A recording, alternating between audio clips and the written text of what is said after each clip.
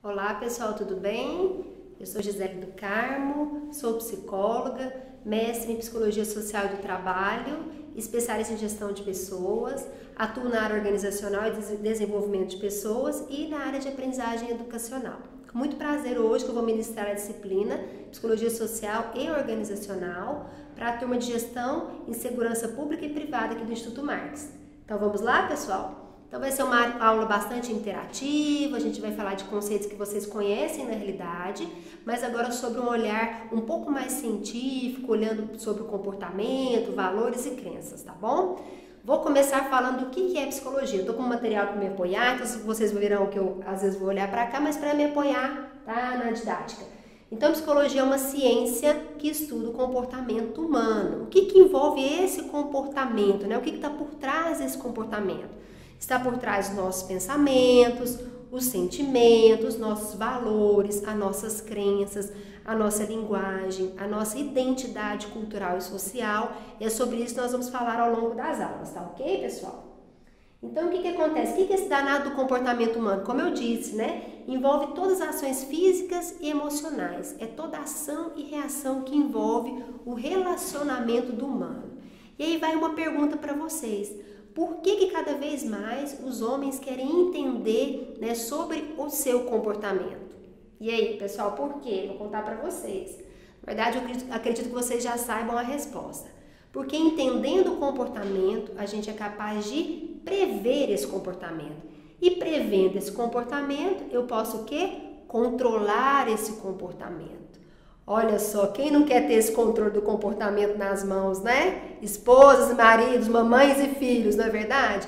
Mas aqui o controlar vai mais no âmbito de consciência, tá? Nós vamos falar também essa questão. Então, o estudo da psicologia, ela vai por predizer esse comportamento. Predizer para entender esse comportamento, entender relações de causa e efeito, entender como ações, crenças e valores impactam nesse comportamento e assim caminharmos para uma consciência mais ampla desse ser humano, tá? Dentro da psicologia tem um braço que a gente chama de psicologia social. A psicologia social, ela trabalha muito nos temas aplicáveis. O que é temas aplicáveis? Aquilo que está no nosso dia a dia. Por exemplo, né? Quem nunca se perguntou, por que eu reajo dessa forma? Por que no dia a dia eu tenho esse comportamento?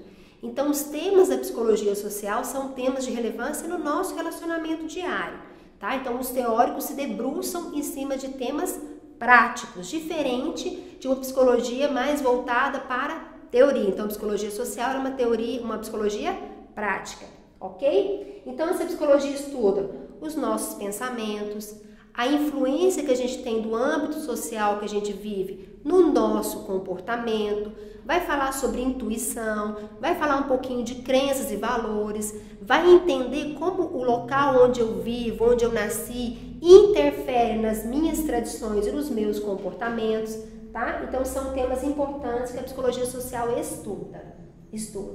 Então, são temas aplicáveis à nossa vida cotidiana. E é importante a gente entender isso para quê? Para que cada vez mais a gente possa ter relações mais saudáveis. Não são relações melhores, mas mais saudáveis. Por quê? A gente vai falar aqui um pouquinho da forma como a gente olha esse comportamento. Então, a psicologia social, ela quer possibilitar a oportunidade de trazer um comportamento mais saudável. Então, aqui vai algumas perguntas para vocês, tá bom? Primeiro, como o nosso comportamento social é moldado por outras pessoas? Aliás, o nosso comportamento é moldado por outros? A gente é influenciado pelo meio que a gente vive ou não? E aqui eu não estou falando Maria vai com as outras não, tá? A gente tem essa influência social do meio que eu vivo? Pergunta. Sim ou não? Sim, a gente tem essa influência. Vou dar um exemplo prático para vocês. Grupo de WhatsApp. Como a gente sente quando a gente não é chamado para participar de um grupo de WhatsApp? Excluído, não é verdade? E assim funciona numa sala de aula. Nós somos seres sociais, nós precisamos de contato, precisamos sentir pertencente a um grupo. Então sim, né? O todo, o relacionamento, o contexto influencia sim no meu comportamento, tá? Então isso é importante a gente entender. E essa influência social, por que a gente está em favor disso, né? Porque a gente busca ser aceito, ser incluído, ser percebido, ser valorizado. Isso é uma necessidade humana, entende? Então, quando a gente olha o comportamento, né, de uma pessoa, de um aluno, de um trabalhador, de um indivíduo, a gente começa a olhar aquele comportamento não mais isolado, mas um comportamento que sofre influência do meio, do contexto social que ele vive. E aí vai uma reflexão para vocês. Dependendo do contexto social, esse comportamento muda ou não?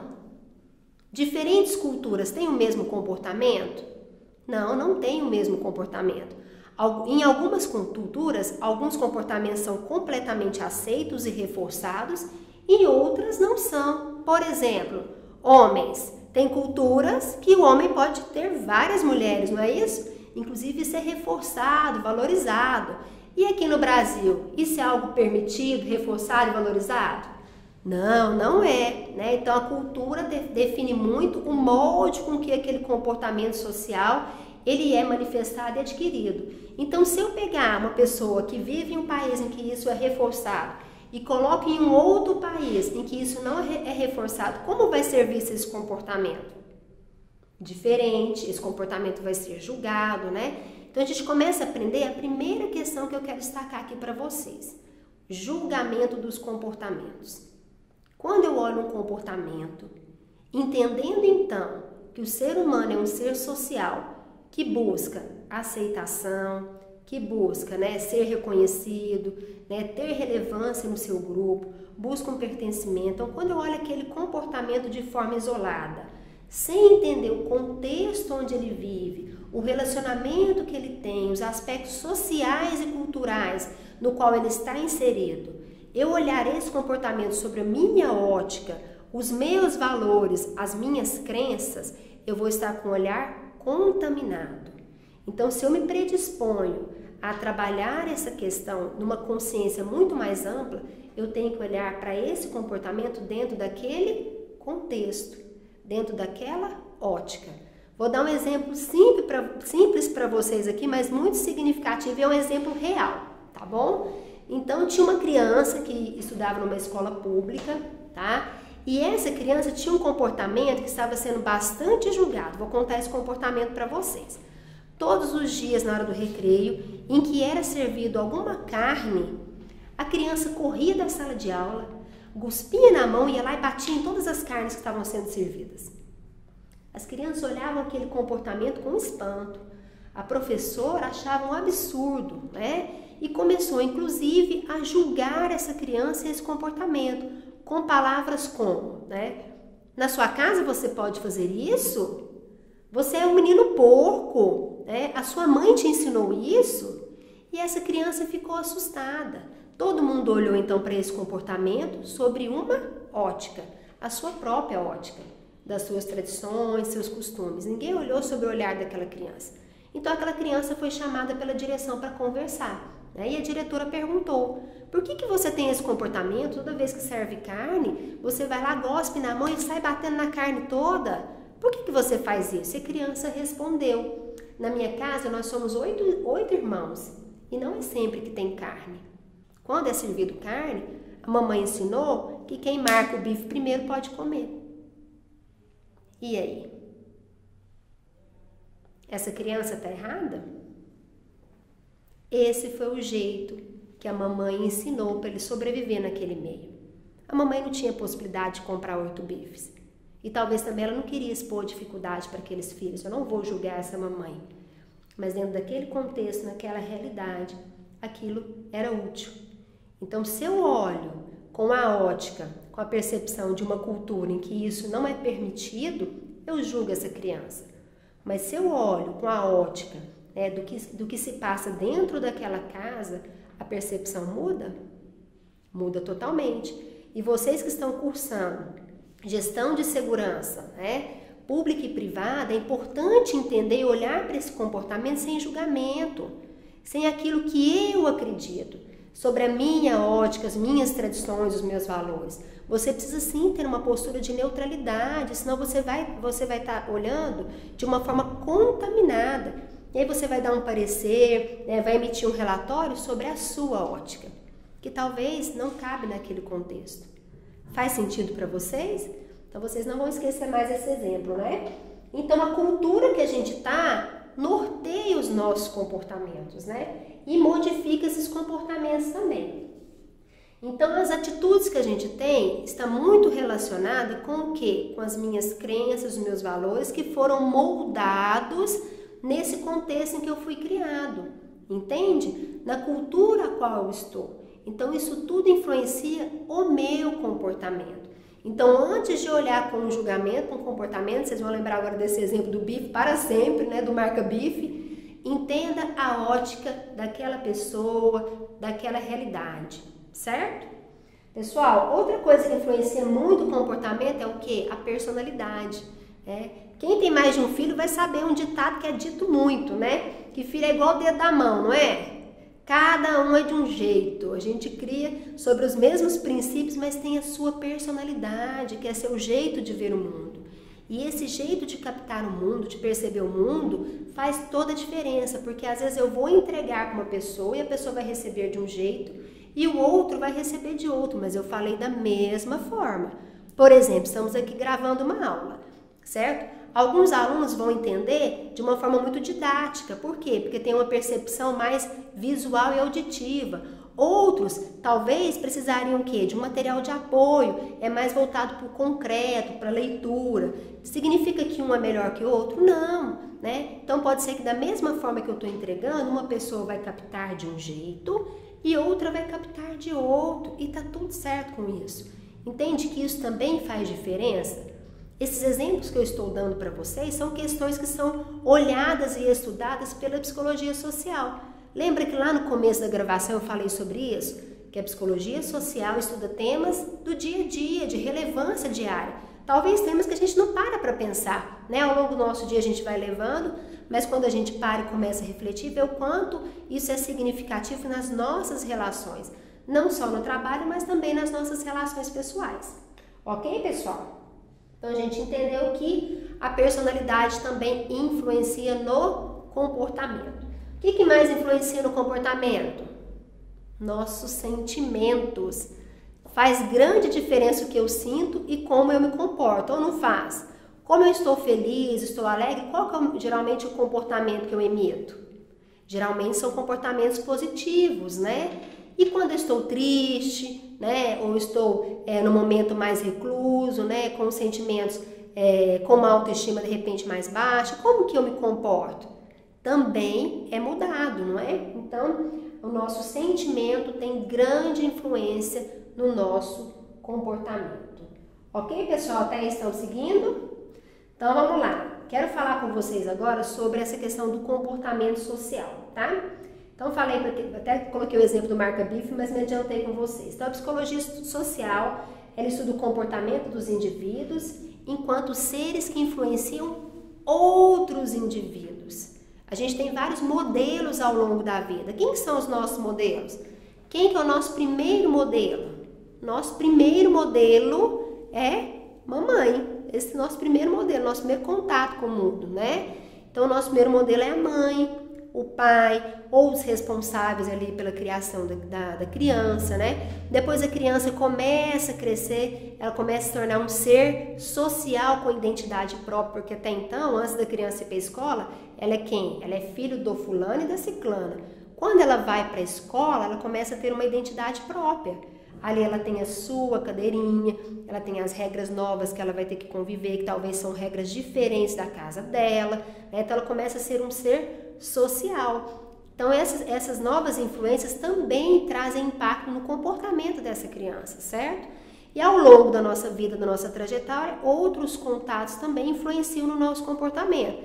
Então, amigos, instituições que a gente frequenta, né? Cursos superiores, né? Trabalho, relações de amizade, os nossos amores, tudo isso influencia também na forma como a gente comporta. Eu costumo falar que todo mundo que passa na nossa vida vai deixando, né, um pouco, e isso vai mudando o nosso comportamento, né, a nossa forma de reagir. Então, nós somos seres de comportamento social, ok? E uma questão hoje que a gente precisa discutir também dentro disso, né, sabendo que somos seres sociais, que temos comportamentos que são influenciados, A gente sabe também que a gente tem a oportunidade de influenciar, levantar algumas bandeiras em prol de trazer então uma nova consciência, ou ampliar a consciência. Então, temas bastante polêmicos, que está cada vez mais sendo discutido, envolve o quê? O cuidado com a natureza, né? E para isso eu tenho que mudar muitas posturas e comportamentos, né? O olhar para o outro, né? Nesse isolamento social, está sendo exigido que a gente olhe para quem agora? Para nós mesmos, né? Agora eu comigo mesmo, olhando as minhas inquietudes, meus medos, meus receios, não é isso? Outro tema polêmico, né? O valor que a gente dá. Será que eu dou mais valor às coisas do que às pessoas? Então, são temas que a psicologia social propõe que a gente pense. E por que a gente precisa pensar sobre isso, né? Lembra que eu falei que nós somos seres que influenciamos uns aos outros? E muitas vezes a gente espera que o outro comece uma ação. Não é assim que a gente faz? Ah, Gisele, até acho que tem que falar sobre natureza, que tem que falar sobre reciclagem, mas... vou esperar. A gente espera do outro, mas pode ser que tenha alguém esperando você. Alguém, de repente, está do seu lado, está esperando você, não é? Então, vai uma dica aí, a gente como um ser social, nós somos capazes de influenciar uns aos outros, que a gente possa usar essa influência para o bem, não é? E não para o mal, ok, pessoal? E aí, pessoal, eu quero trazer um outro tema muito interessante que vai falar sobre conflitos. Então, diante de temas polêmicos, diante do nosso dia a dia, nós somos deparados por situações de conflito. Situações em que nos é exigido uma postura de decisão. Todo mundo já passou por isso. Aliás, desde que a gente nasce, a gente passa por isso, né? Mas à medida que a gente cresce, o nosso comportamento também precisa amadurecer. Então, diante de um tema em que é preciso uma tomada de decisão, tem um fenômeno que acontece com a gente que eu vou contar um segredo para vocês. Tem um estudioso que debruçou para entender um pouquinho de quais são os sentimentos que a gente tem diante de uma tomada de decisão. E ele falou sobre um tema chamado dissonância cognitiva. Lá no apostila a gente faz menção sobre ele, mas não explora tanto. Mas eu trouxe aqui porque eu acho muito interessante. O que é dissonância cognitiva? Diante de uma situação, tá ok? Que você tem que tomar a decisão, tomar um partido, tomar um rumo. O que acontece? Você pode entrar numa dissonância cognitiva. Há um desequilíbrio, um desarranjo emocional nesse momento. E ninguém gosta de ficar nessa situação, é desconfortável, né? Essa situação traz desconforto até corporal pra gente. Tem gente que passa mal, tem gente que tem crise de ansiedade, não é isso? E aí o que a gente precisa fazer? A nossa mente busca uma consonância cognitiva. Para quê? Para equilibrar, para sair daquele estado. Porque a gente sempre busca, enquanto ser humano, fontes de prazer e fuga daquilo que me causa dor, que causa, pânico, que me causa desconforto. Então a mente tem esse trabalho, ele vai nos resgatar para a gente equilibrar, para trazer uma consonância cognitiva. Vou dar um exemplo para vocês, para ficar mais fácil, tá bom? Então vamos imaginar que eu, Gisele, tenho uma crença muito forte que eu não aceito traição. Tá ok? Eu não aceito traição, vamos falar de relacionamento de casal. Então, essa é uma crença na minha família que foi passada, isso é muito forte para mim. E aí eu estou casada e meu marido me trai, e aí, gente? E agora? Só que é uma pessoa que para mim é interessante, eu tenho interesse em manter o relacionamento. O que vai acontecer nesse momento na minha mente? Uma dissonância cognitiva, ou seja, diante de uma crença que eu tenho de que eu não aceito traição e uma vontade que eu tenho de manter o relacionamento. E agora? Eu preciso encontrar uma consonância cognitiva, um equilíbrio entre aquilo que eu acredito e aquilo que eu quero. Então, o que a gente costuma fazer para equilibrar, para buscar a consonância? Eu hipervalorizo os pontos positivos de ter aquilo e minimizo os negativos. Por exemplo, nesse caso, para ficar mais fácil, eu vou hipervalorizar o motivo de ficar com esse marido. Ah, mas ele é um marido muito bom, ele é um pai responsável, ele é um bom cuidador, enfim, trabalhador, honesto, eu vou hipervalorizar. Mas eu vou minimizar aquilo que é negativo. Tal como, mas foi só uma vez, Eu vou aceitar, as qualidades deles são muito maiores do que o que aconteceu. Também não foi algo nada sério, então eu minimizo o impacto, a percepção daquilo para poder equilibrar. E aí eu entro em consonância. Deu para entender, pessoal? Isso é tudo na vida. Quando eu estou diante de uma situação em que me é exigido uma tomada de decisão e eu tenho que tomar um partido, uma decisão, né, um lado, eu hipervalorizo os itens positivos e minimizo os itens negativos, porque isso traz uma sensação de conforto emocional e de consonância cognitiva. Deu para entender, pessoal? Acredito que sim, né? Então, esse é um conceito muito estudado na psicologia social, porque a gente é demandado para tomar decisão o tempo todo. Só que é o seguinte, esse é um mecanismo que é automático no nosso cérebro. A gente não para e pensa assim, bom, eu não quero ficar com dissonância cognitiva, então eu vou valorizar. Não, é automático, né? Nossa mente faz isso automaticamente, né? Já é um roteiro para a mente, para minimizar os impactos, trazer um conforto, né? Liberar os hormônios, a gente ficar mais relaxado e a gente conseguir tomar uma decisão. Ok, pessoal? Então, vamos lá. Quero falar também sobre um outro teórico que ele é considerado um dos pais da psicologia social. Ele chama Kurt Lewin e ele traz um estudo muito interessante. Por quê? Antes dele, a psicologia se debruçava muito no behaviorismo. E o que é o behaviorismo, né? É uma abordagem da psicologia que estuda muito o comportamento enquanto ação e reação. Ou seja, o meu comportamento de reação foi simplesmente pelo fato de que você agiu. Vamos dar um exemplo? Você me dá um tapa, eu vou lá e respondo com um tapa. Ué, Gisele, não, eu só reagi com um tapa porque você agiu com um tapa. E aí o behaviorismo, eles fizeram vários estudos, inclusive com animais, né? Testando modelagem de comportamento, né? Por exemplo, o ratinho estava numa gaiola e toda vez que ele encostava numa alavanca, era liberada comida para ele. Então ele entendeu que ação, eu encosto na alavanca, reação, desce a comida. Ação, reação. Então toda vez que eu tenho este comportamento, eu recebo um reforço positivo, comida. Então eu sei que eu fazendo isso, reforço positivo. Vamos dar um exemplo de como isso aplica na nossa vida? Criança. Quem nunca teve uma criança fazendo birra no supermercado? Deu birra, deu show por causa do chocolate. Eu, mamãe, vou lá, compro o chocolate e dou. O que a criança aprendeu? Eu tendo esse comportamento, a reação vai ser ganhar um chocolate. Isso é natural nosso, do ser humano, tá? Na vida adulta também é assim, não é não? Emburrei com alguém, alguém me deu atenção. Eu aprendi que, emburrando, eu ganho atenção. Ação, reação.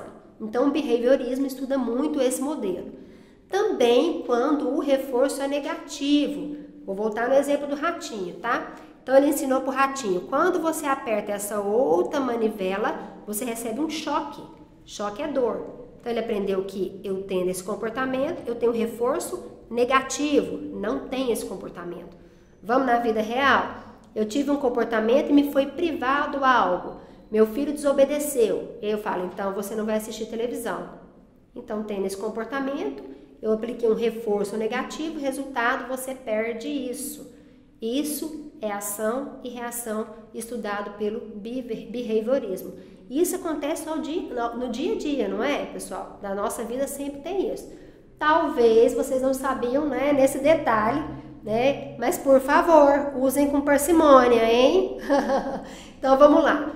Então esse teórico, o Kurt Lewin, ele vai trazer uma nova abordagem.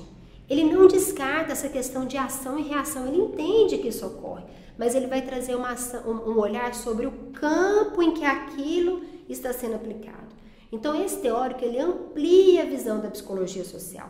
Ele não olha só o comportamento de ação e reação, mas ele olha também aquele contexto em que aquilo está sendo aplicado.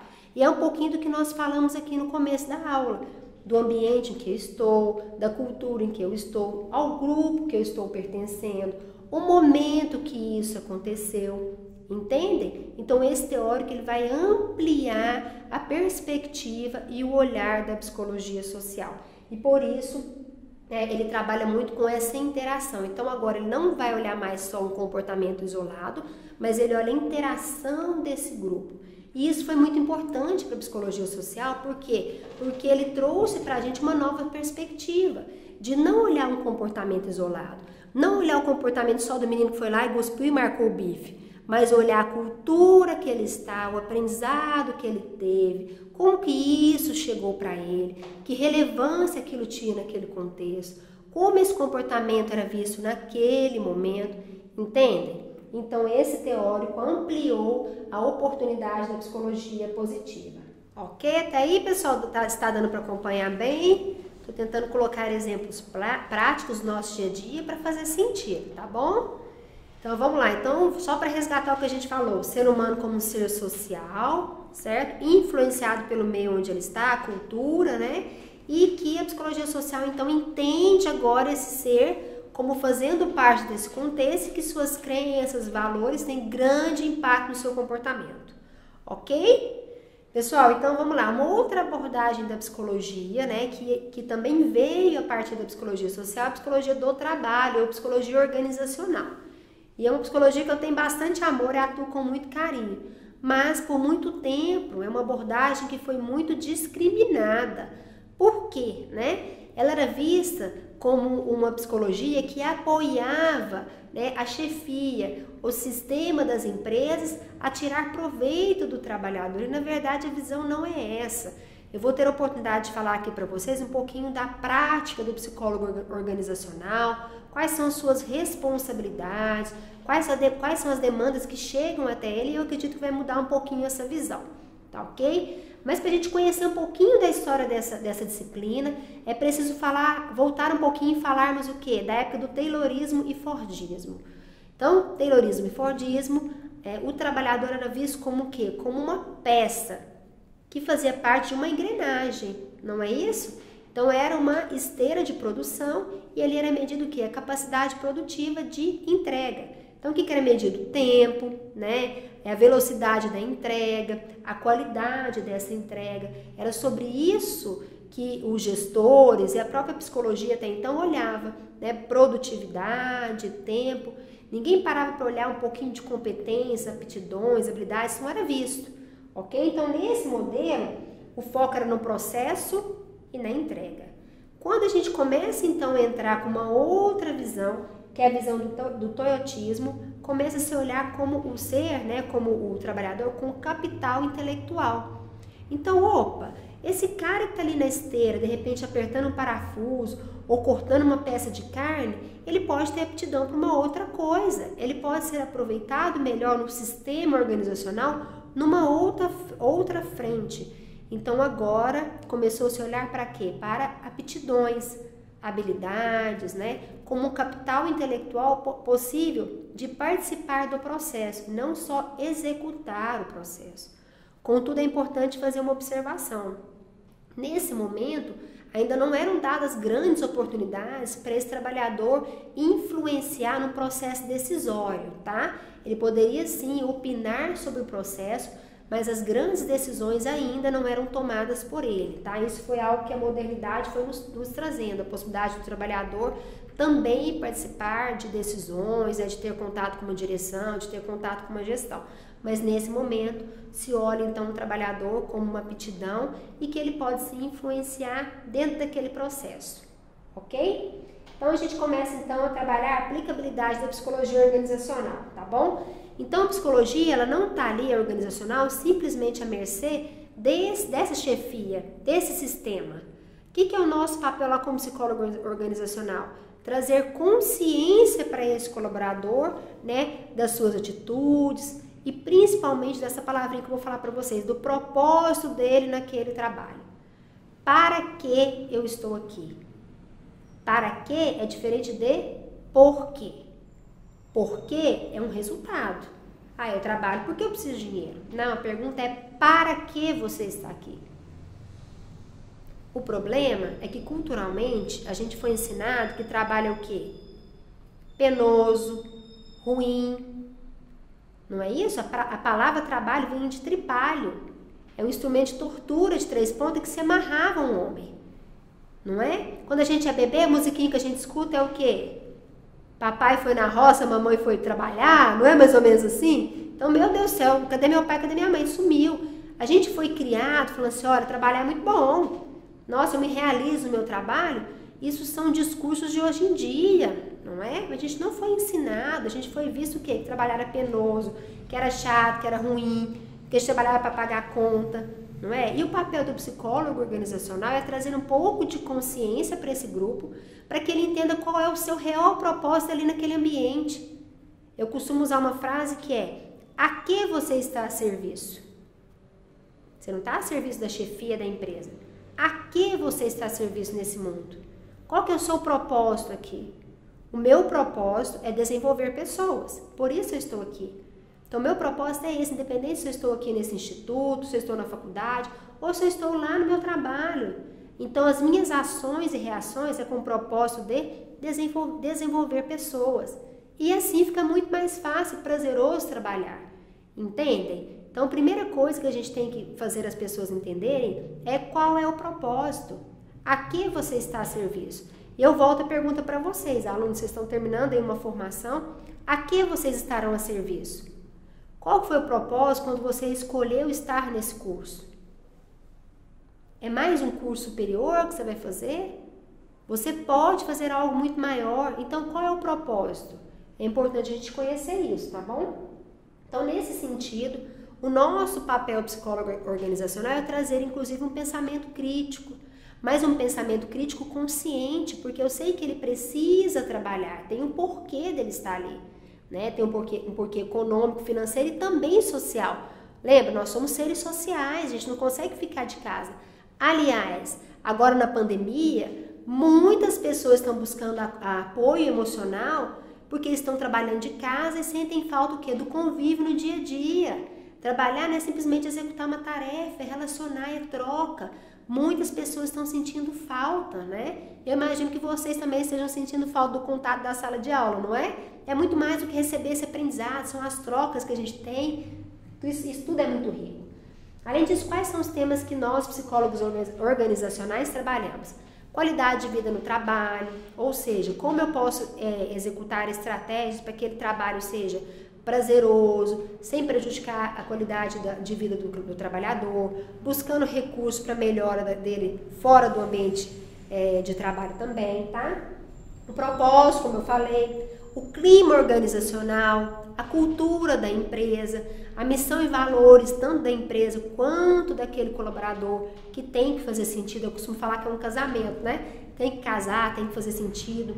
As normas e valores daquele colaborador, a cultura da empresa tem que casar com ele para fazer um casamento duradouro, né?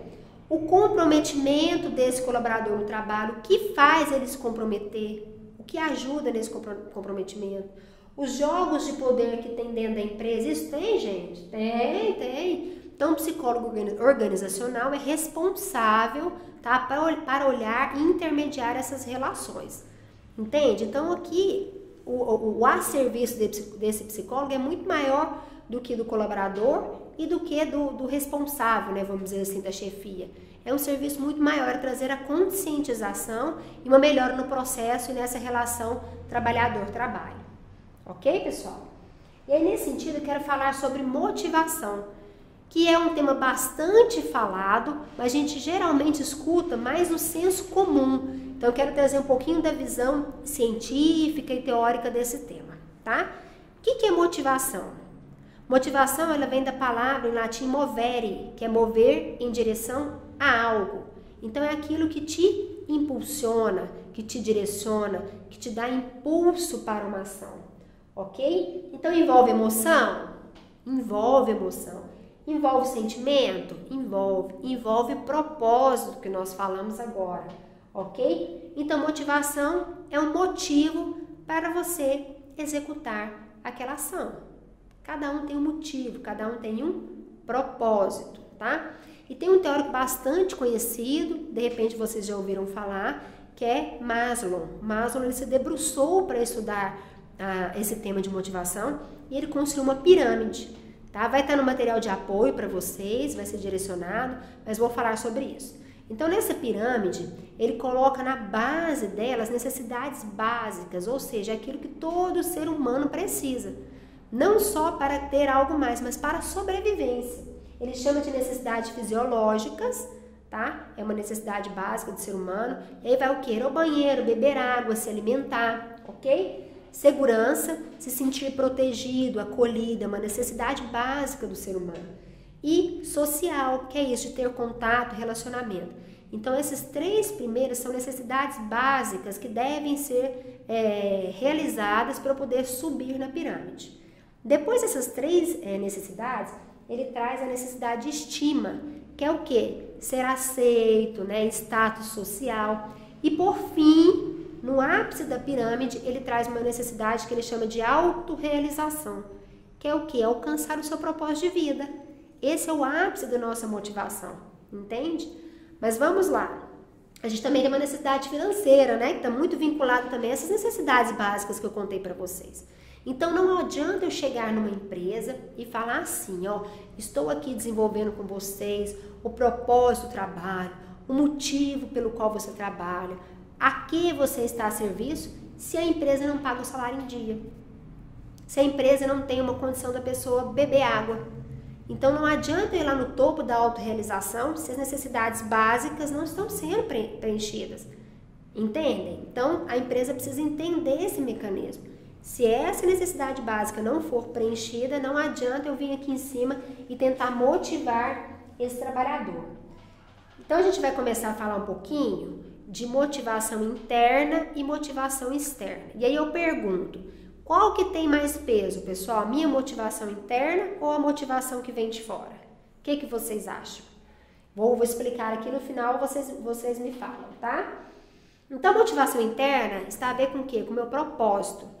É realmente aquilo que fala a definição da motivação. A que direção meu movimento deve ser para eu agir. Então, é o meu propósito. E a motivação externa? O que é? É o contexto em que estou, a influência que tem. Então, vamos dar um exemplo? Como eu disse, o meu propósito é estar a serviço, né? É estar aqui desenvolvendo pessoas. Esse é um propósito, uma motivação interna que eu tenho. Vamos dar um exemplo de motivação externa? Então, vamos imaginar que a motivação externa de eu estar aqui é porque eu gosto de aparecer na tela aí, né? Então, eu sou uma pessoa que tem necessidade de status, é motivação externa.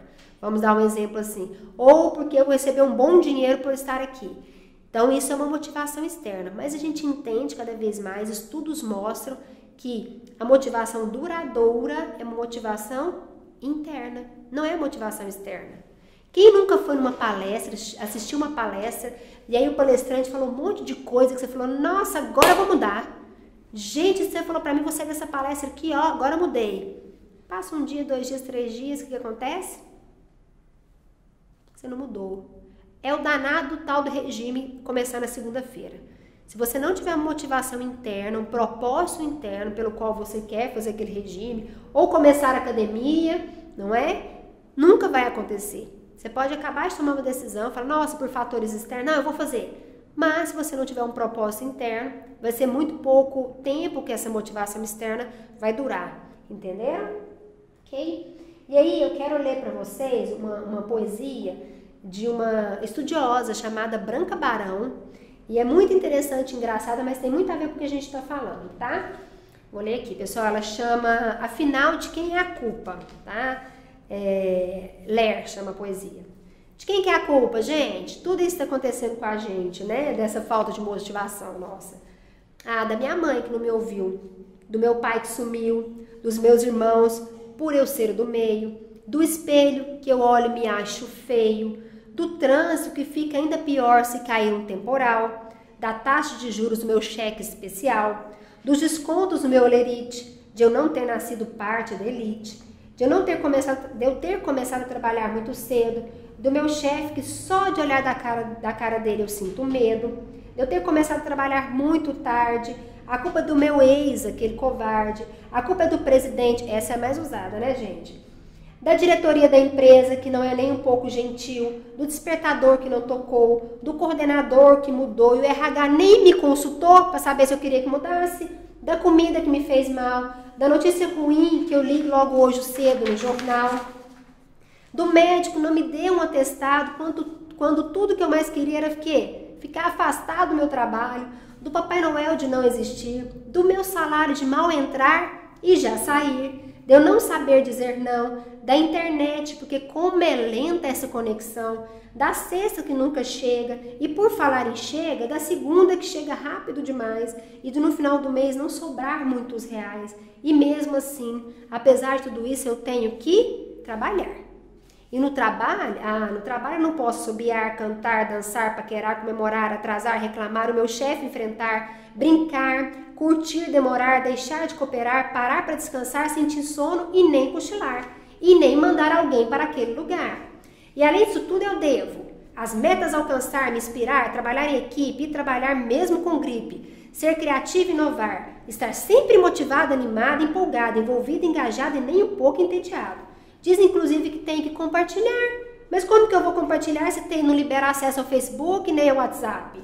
Né? Mas eu sou muito resiliente, busco ser sempre competente, faço yoga, meditação, procuro prestar atenção na respiração. Já fiz lipoaspiração, drenagem linfática, pilates, diminui o nariz, vou ao salão algumas vezes, corto, faço progressiva, coloração, vou para academia, faço terapia, até leio poesia. Porque mesmo uma piada de mau gosto pode acabar com meus desgostos dessa rotina.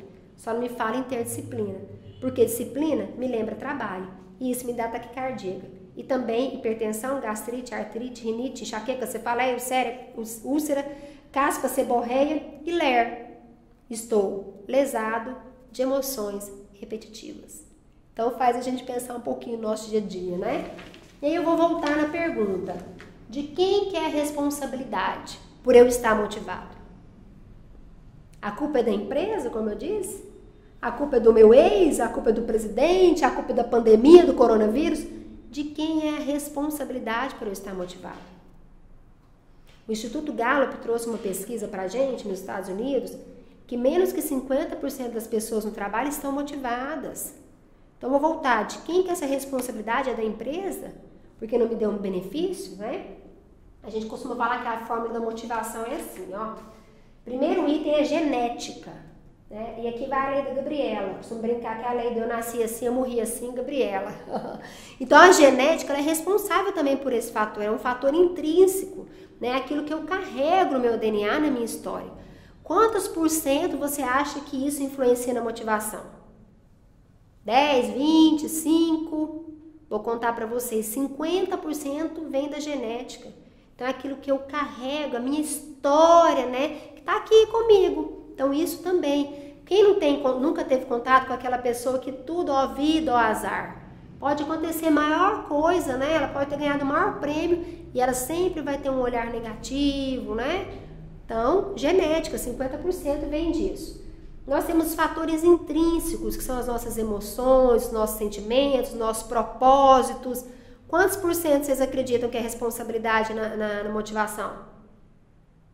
10% vem dos fatores intrínsecos. Então, só aí eu já juntei o quê? 60%. E 40% são os fatores externos. Dinheiro, viagens. Então, só 40%. Então, eu tenho aí 50% da genética mais 10%, 60% que é de responsabilidade, que é minha, vamos dizer. E eu tô culpando quem? De fora. Meu irmão, minha mãe, o presidente, meu ex, a escola, né, o professor. Opa, vamos olhar? 60% é de responsabilidade minha. Então, vamos olhar pra gente. E aí eu vou contar uma coisa pra vocês, um segredo.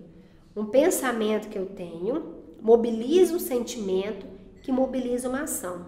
Ah, professora, não é assim. É assim, gente. Um pensamento mobiliza um sentimento que mobiliza uma ação. Vou contar uma história pra vocês, estão falando aí como é que vocês estão sentindo, tá bom? Espero que isso nunca tenha acontecido, a primeira parte da história, mas vai que aconteceu, né? Já aconteceu com vocês? Bem naquele dia que você tem uma reunião com o seu chefe, você dormiu tarde, colocou o celular para despertar, deixou lá e dormiu. De repente o celular desperta, o que você faz? Coloca aonde? Soneca. Só 5 minutinhos não vai dar em nada. Beleza, desperta de novo, você está muito cansado. Soneca. Só mais um minutinho. De repente você perdeu a hora. Você dá um pulo da cama e fala, meu Deus, que horas são? E já tem um WhatsApp do seu chefe perguntando, cadê você? Você levanta da cama correndo e aí você bate o dedinho lá no canto da cama. Pergunta, como é que vai ser seu dia? Daquele jeito, né? Já começou bem. Você abre o guarda-roupa para pegar seu uniforme, só que você esqueceu, você não passou. Tá faltando uniforme, não vai ter jeito. Logo no dia da reunião. Você olha lá uma camisa um pouco mais arrumada, vai essa mesmo seu uniforme. Coloca o uniforme correndo. Vou atrasar, você já está atrasado. Nisso vem o segundo WhatsApp lá do seu chefe. Você já está a caminho? Você não respondeu nem o primeiro. E ele respondeu o segundo, né? Já mandou uma segunda pergunta. Como é que vai ser seu dia, gente? Você entrou no carro, ligou o carro está na reserva. Você está orando, né? Rezando para dar para chegar pelo menos no trabalho, porque não dá tempo de parar no posto. Quando você vai tirar o carro da garagem, você esbarra no portão. Como é que vai ser seu dia, gente? Mas beleza, seu chefe já mandou pergunta. Todo mundo já mandou mais uma mensagem. Todo mundo já chegou, só falta você. Tirou o carro, está correndo acelerado para poder ir para o trabalho. Você parou no sinal, né, aguardando o sinal abrir, entrou, né, no estacionamento da empresa. Na hora que você parou o carro na empresa, faz o barulhinho do WhatsApp.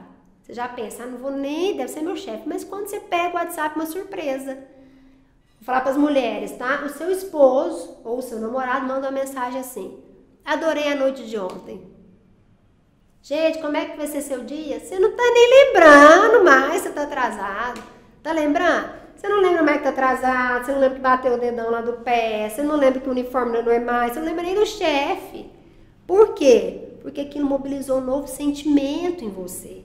Então isso tem grandes influências na nossa vida, né? Eu costumo contar essa história para a gente entender como ao longo do dia, né, o externo tem influência nos nossos sentimentos e na nossa ação. Você já vai descer do carro rindo, sorrindo, né, cantarolando, não vai nem lembrar de tudo que aconteceu. Entende? Então é para a gente entender que pensamento mobiliza sentimento, que mobiliza uma ação, tá? Um está influenciando o outro. Pensamento mobiliza sentimento, que mobiliza uma ação. Então, se eu quero mudar uma ação, aonde que eu posso me debruçar para mudar primeiro? No meu pensamento. E aí, dentro do pensamento, né, das minhas cognições, envolve as minhas crenças, os meus valores, aquilo que eu conheço de mundo, os meus relacionamentos, aquilo que eu aprendi em todos os contextos que eu comentei com vocês agora há pouco, né, escola, né, relacionamento interpessoal no trabalho, com colegas de sala de aula, na igreja que eu frequento, na comunidade que eu faço parte, né? Então, se você quer mudar a sua ação, a gente tem que começar primeiro no pensamento para mudar seu sentimento e assim a gente ter uma ação diferente. Faz sentido para vocês? Faz? Ok. Então, nesse exemplo que eu dei, o que mudou, pessoal? Não mudou você estar sem uniforme, não mudou o carro que você esbarrou lá no portão, não mudou que você está atrasado, mas algo mudou. A sua forma de olhar para esse contexto. Entende? Então, isso propiciou para você um novo olhar. Então, seu pensamento muda, seu sentimento vai mudar e com certeza, né, nesse exemplo, a sua ação vai ser diferente. Faz sentido para vocês, pessoal? Para a gente reforçar o que a gente trouxe hoje, né? Que é importante ficar para a atuação profissional de vocês, para os relacionamentos interpessoais, né? É que a psicologia social e do trabalho, ou psicologia organizacional, ela vai ampliar essas relações humanas, né, no contexto social e no contexto de trabalho, e que quando a gente olha, então, sob uma ótica de sem julgamento, né, a gente consegue olhar, então, um pouquinho melhor de como aquele comportamento sofre influência social, consegue, então, entender o motivo daquele comportamento e, numa posição muito humilde, sem julgamento, compreender como aquele contexto teve grande influência naquele comportamento, tá? Isso fica mais leve para a gente profissional em qualquer área e nas nossas relações também, tá bom? Espero que eu tenha contribuído com vocês, tá? Se tiverem alguma dúvida, vocês fiquem à disposição, tem meu contato aqui na escola. E agora na sequência, para a gente fixar, né, o conteúdo, vai ter um trabalho dirigido e um estudo complementar, tá bom? Um abraço a todos, bom estudo!